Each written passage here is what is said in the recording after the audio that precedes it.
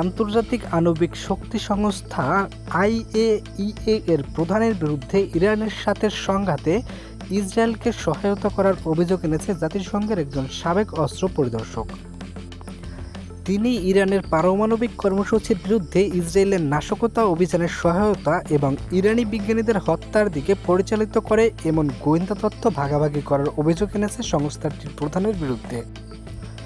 ইরানের পেরেস টিভির সাথে কথা বলার সময় জাতিসংঘের সাবেক কর্মকর্তা স্কট রিটার্ড বলেন, পরমাণু বিস্তার রোধ চুক্তি এনপিটি স্বাক্ষরকারী দেশ হিসাবে ইরানের ৪ নম্বর ধারার অধীনে পারমাণবিক সমৃদ্ধিকরণের স্পষ্ট আইনি অধিকার রয়েছে।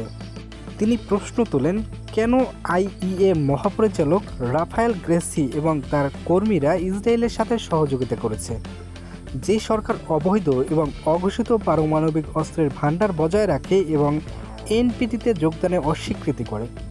রিটায়ার বলেন, এই কোনো যুক্তিসঙ্গত ব্যাখ্যা নেই। এই যে গ্রেসি ইরানের পারমাণবিক কর্মসূচি সম্পর্কে এবং যুক্তরাষ্ট্রের গোয়েন্দা তথ্য সরবরাহ করার জন্য ইসরায়েলের সাথে হাত মিলিয়ে কাজ করছে। তিনি বলেন, আইইএ এর তথ্য ইরানের অভ্যন্তরে স্থানে চিহ্নিত করতে এবং ইরানি পারমাণবিক বিশেষজ্ঞদের হত্যার পরিকল্পনা করতে ব্যবহার করা হয়েছিল। গ্রেসির হাতে ইরানের পারমাণবিক বিজ্ঞানীদের রক্ত লেগে আছে, বলেন রিটার জোর দিয়ে বলেন, গ্রাসিকে ইরান থেকে স্থায়ীভাবে নিষিদ্ধ করা উচিত এবং তার নেতৃত্বে যে কোনো পরিদর্শন মিশন প্রত্যাখ্যান করা উচিত। তিনি গ্রাসির পদত্যাগের দাবি করেন এবং ইরানি গোপনীয় তথ্য শত্রুর সরকারগুলোর কাছে পৌঁছানোর রোধ করতে শক্তিশালী সুরক্ষা ব্যবস্থার সমন্বিত একটি নতুন প্রদর্শন কাঠামো প্রতিষ্ঠার আহ্বান জানিয়েছেন।